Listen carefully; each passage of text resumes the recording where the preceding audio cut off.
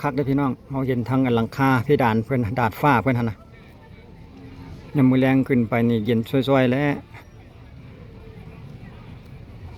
คักหลายโอ้วิวงามเลยพี่น้องบนน่ะโอ้สุดยอดเลย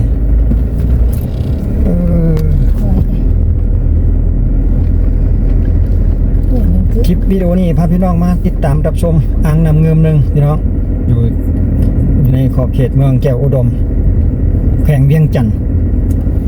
ในปัจจุบันช่วงนี้ก็จะอยู่ในช่วงระหว่างท้ายเดือนกันยายนคือกันพี่น้องปี2025เอาภาพบรรยากาศอัปเดตล่าสุดไปติดตามรับชมน้ำกันว่าอ่างน้ำเงิมหนึ่งจุดนี้นี่ในเวลาเดือนนี้เพิ่นจะมีความสวยสดงดงามคือจะได้น้ำไหลหรือน้ำน้อยเนาะสำหรับภายในอ่างของเพิ่นตอนนี้เป็นเส้นทางกำลังลงไปสู่อ่างน้ำเงิมแล้วพี่น้องจะเป็นอีกเส้นทางหนึ่งเนาะถึงข้าพเจ้าก็มาทดลองเบิ่งเส้นทางเส้นนี้นำกันว่าเส้นทางของมันจะเป็นยังไงตามที่เฮาเรียนอยู่ตอนนี้ก็คือเรียนลงสู่อ่างโอ้วิวงามเลยพี่น้องแต่รู้สึกว่าจะน้ำจะน้อยปีนี้น้ำจะบ่หลายปานใดรู้สึกว่าเห็นเป็นดอนแต่ละดอนอยู่เนาะเดี๋ยวเราจังไปเบิ่งใกล้ๆอีกทีนึงถึงจุดหมายให้ทุกท่านได้รับชมอีกทีนึงบรรยากาศในช่วงเดือนท้ายเดือนกันยายนนี่จะดีบ่ในช่วงระหว่างอาจจะในช่วงนี้ก็ยังอยู่ในฟ้าฝนแด่ท่านในหมดเทื่อแล้วพี่น้องคือจังเมื่อคืนนี่ก็ตกเกือบทั้งคืนฝนดีครับว่าปีนี้นะ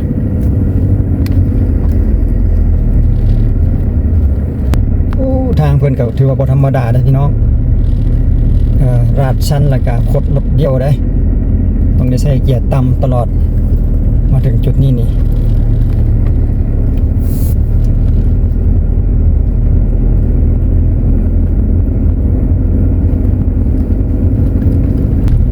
โอ้โค้งนี่ถือว่าหักศอกเลย หักศอกเลยจุดนี้นะสุดยอดงามวิวทิวทัศน์ของอ่างน้ำเงิมนี่บางคนก็เอิ้นทะเลลาวนะพี่น้อง มันเขียวงามคล้ายๆทะเลนะมันก็เลยเอิ้นแบบง่ายๆว่าทะเลลาวว่าซั่นเด้ใครแต่ว่าทางเพิ่นปูคอนกรีตตลอดยาวทุกเส้นทางเนาะจนขาขึ้นขาลง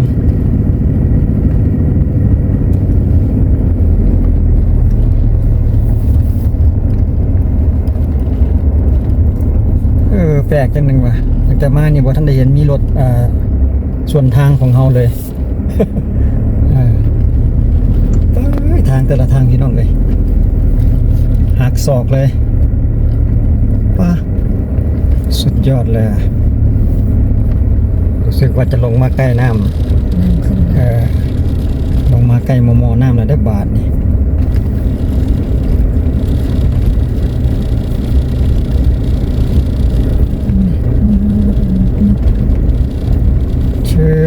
โอ้รถมันอันไหนนี่รถแบบไหนอันนี้รถแจไม่วะ รถแจไม่ทอนเนาะฝนเอาขึ้นจากท่าน้ำเมื่อกี้นี่มั่งน้ำขึ้นไป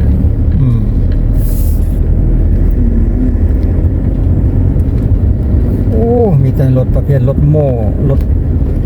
จกรถแมคโครรถเกตรถดำอยู่จุดนี้นะวันเมียนรถแต่ว่ารถเกี่ยวกับการทางนี่มั้งเป็นเอามาจอดไว้ในจุดนี้เนาะเพื่อเปลี่ยนอะไรหรือว่าซ่อมแปลง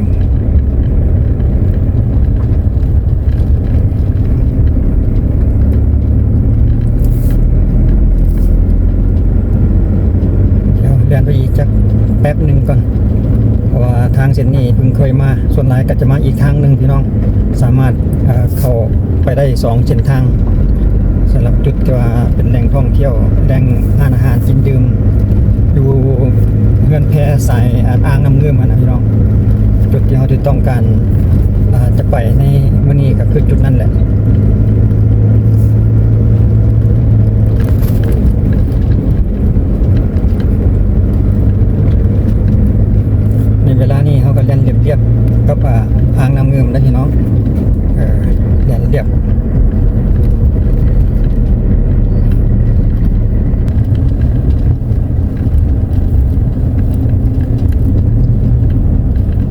แล่นเรียบๆสาย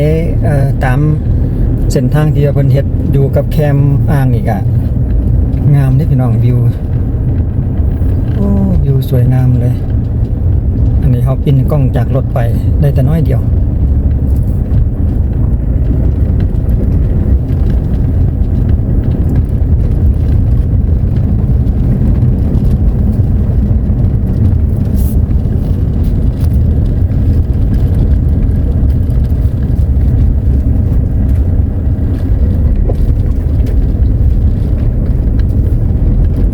แต่ว่าเพิ่นเฮ็ดทางดีมีห้องระบายน้ำทั้งฟองฟ้าข้างถือว่าจบงามเลยพี่น้องเส้นทางเพิ่นปลูกไปต้งสำหรับจุดนี้นี่เนาะสะอาดสวยงามสำหรับเส้นทางของเพิ่นปลอดภัยพี่น้องจะมาในฤดูฝนฤดูใดก็จะบ่มีอันตรายบนทางแบบนี้นะแล้วก็บ่มีรถใหญ่มาเรียนสวนเฮาอีกได้จะมีแต่รถของนักท่องเที่ยวรถเบาเนาะมาในจุดนี้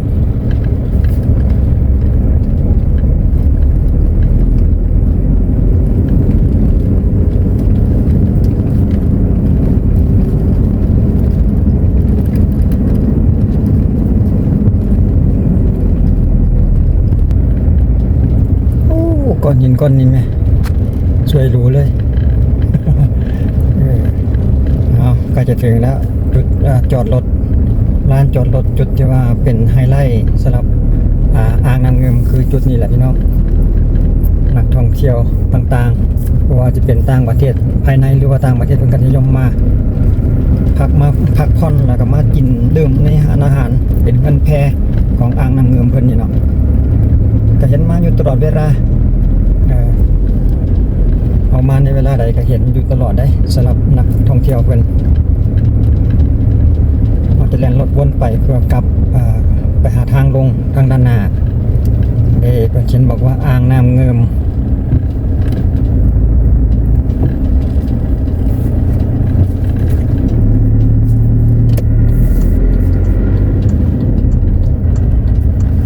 เราก็จะตีโค้ง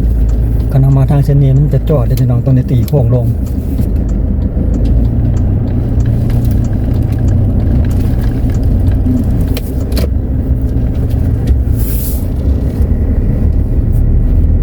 ก็จะลงไปสู่ทางลานจอดรถโอ้เดี๋ยวนี้เพิ่นมีรถแบบนำนักท่องเที่ยวไปมีรถอันบริการแบบรถไฟฟ้านะพี่น้องบ่ได้มาโดนแล้วก็มีการเปลี่ยนแปลงเพิ่มเติมไปหลายสมควรอยู่ได้ล่ะบ่แม่นเป็นปีแล้วบ่ที่ข้าพเจ้าบ่ได้มาจุดนี้วิวงามเลยพี่น้องสำหรับอ่างน้ำเงิมเป็นเวลาเป็นปีละข้าพเจ้าก็ได้มาก็เลยมามื้อนี้กลับมาเอาบรรยากาศให้ทุกท่านได้รับชมไปนำในปัจจุบันช่วงท้ายเดือนกันยายนปี2025ถือว่ามาเวลาใดก็สวยงามเลยพี่น้องตอนนี้เป็นเวลา 12 โมง เมื่อเกินมาตอนเที่ยงสวยงามได้สุดยอดเลยเรือแพให้บริการลูกค้าเกี่ยวกับอาหารการกินถือว่ามายามใดก็อากาศดีตลอดวันต่อไปสุดยอดเลยพูนเราเห็นเรือนักท่องเที่ยว2 ลำเพิ่นก็ยังให้บริการสำหรับเรือแพที่ว่าล่องชมวิวกับอ่างน้ำเงิมนี่เนาะเพิ่นจะมีเรือให้บริการสำหรับท่านใดต้องการล่องชมวิวภายในบริเวณอ่างปีนี้น้ำน้อยพี่น้องสังเกตเห็นนำตะฟังนี่เม็ดกันเจียนนี่นะก็ยังบ่หลายทั้งที่ช่วงนี้ก็ยังอยู่ในฤดูฝนอยู่เนาะสำหรับอ่างเพิ่นก็ควบคุมระดับน้ำได้มาตรฐานมีความปลอดภัยสำหรับนักท่องเที่ยวเรือแพน้ำเงิมชมวิวสำหรับจุดนี้เนาะลำนี่เนาะเรือแพน้ำเงิม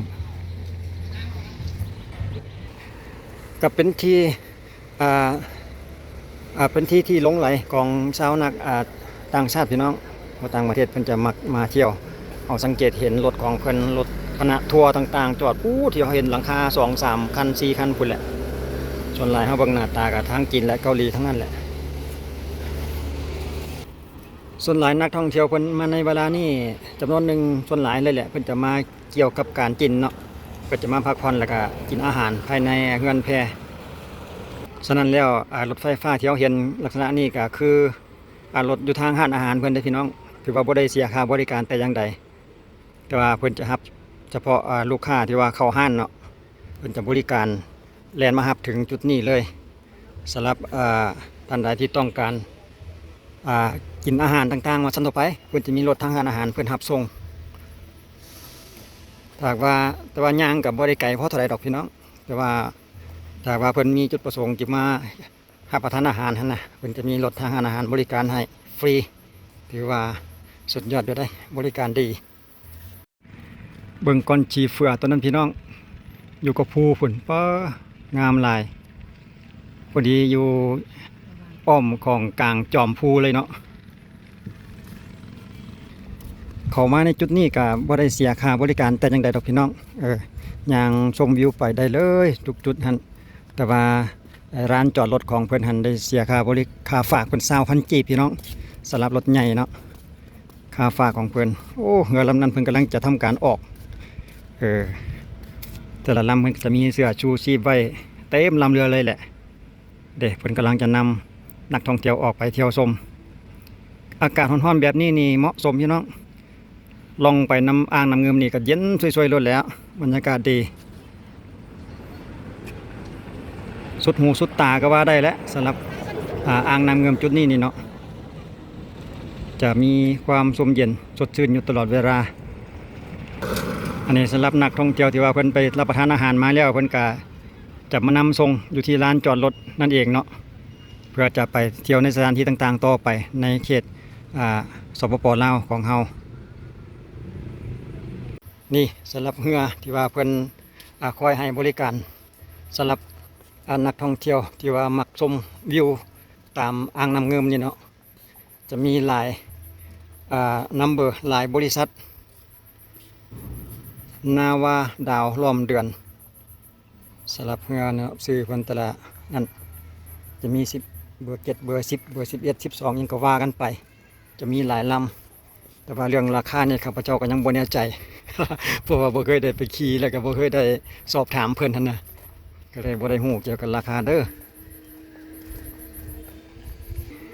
ส่วนมาทางริมนี่เพิ่นก็ขายเครื่องขายของพี่น้องมีกระเทามีติ๊บเขามีทั้งเขียงครบประทันต่อไปเกี่ยวกับเครื่องครัวแต่ว่าสิ้นตากแห่งนี่จักบ่แน่ใจว่าสิแม่นบ่ ขายหรือว่าเอาไว้ส่วนตัวบ่แน่ใจมายามใดก็งามยามนั้นตลอดบ่ผิดหวังพี่น้องบริการนำเที่ยวนาวาเวียงไซวงพันเงาแต่ละลำของเพิ่นนะพี่น้องรูลา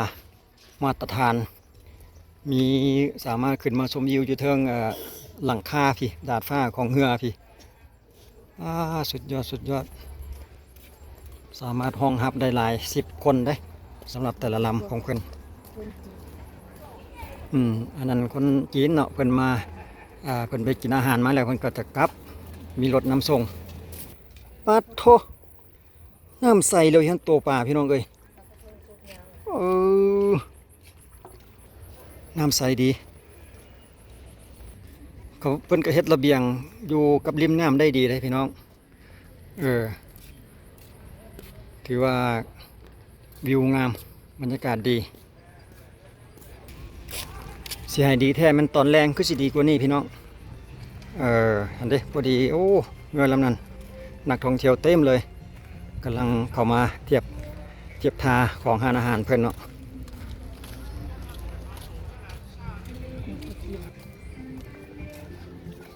ย่างเข้ามานี่ที่เขาสังเกตเห็นกับส่วนหลายก็มีแต่คนจีนนะพี่น้องคนจีนหรือว่าเกาหลีประมาณนั้นแหละคนลาวเฮานี่อย่าแทบบ่เห็นมีเลยแหละจากว่าเกือบเต็มลำเรือผมได้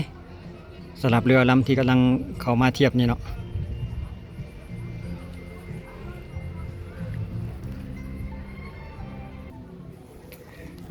มาในเวลานี้กับบ่มีไผแล้วพี่น้องเอ้ย ตอนสวยมันฮ้อนกันว่าในเวลาตอนแรงนี่บางเทื่อเด้อหรือว่าวันเสาร์อาทิตย์แบบนี้เนี่ยก็สิเห็นมีผู้คนพาลูกพาหลานมาเล่นอยู่สันดอกว่า โอ้น้ำใสเลยเย็นจ้อยๆและน้ำอ่างน้ำเงิมเหตุทางระเบียงลงหาริมน้ำสัมผัสน้ำได้ล้างมือล้างตีนล้างหน้าล้างตาได้พี่น้องจุดนี้นะสุดยอดเลยงามหลาย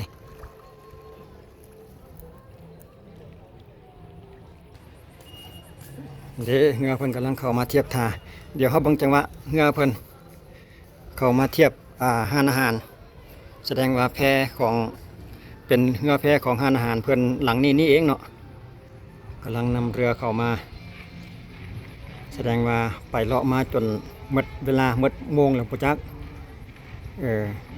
ถึงเวลาเข้าเทียบ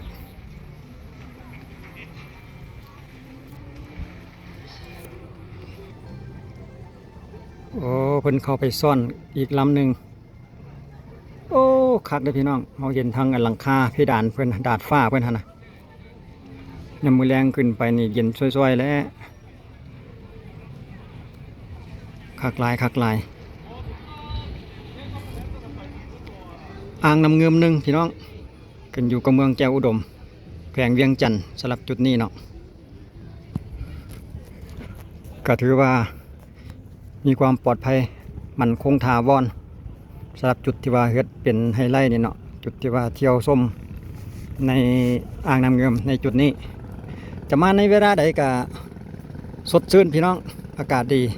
ขนาดในเวลานี้เรามาตอนเที่ยงนี่ก็พอดีก็ในช่วงนี้มันก็มีฟ้าบดแดดเนาะบ่ได้ถึงขนาดร้อนปานใดโอ้อันนี้เรือเพิ่นไปหาปลาพอตู้ไป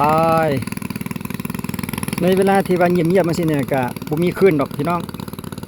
น้ำเป็นสีครามเลยแหละสีเขียวสีฟ้าสำหรับสีสันของน้ำเพิ่น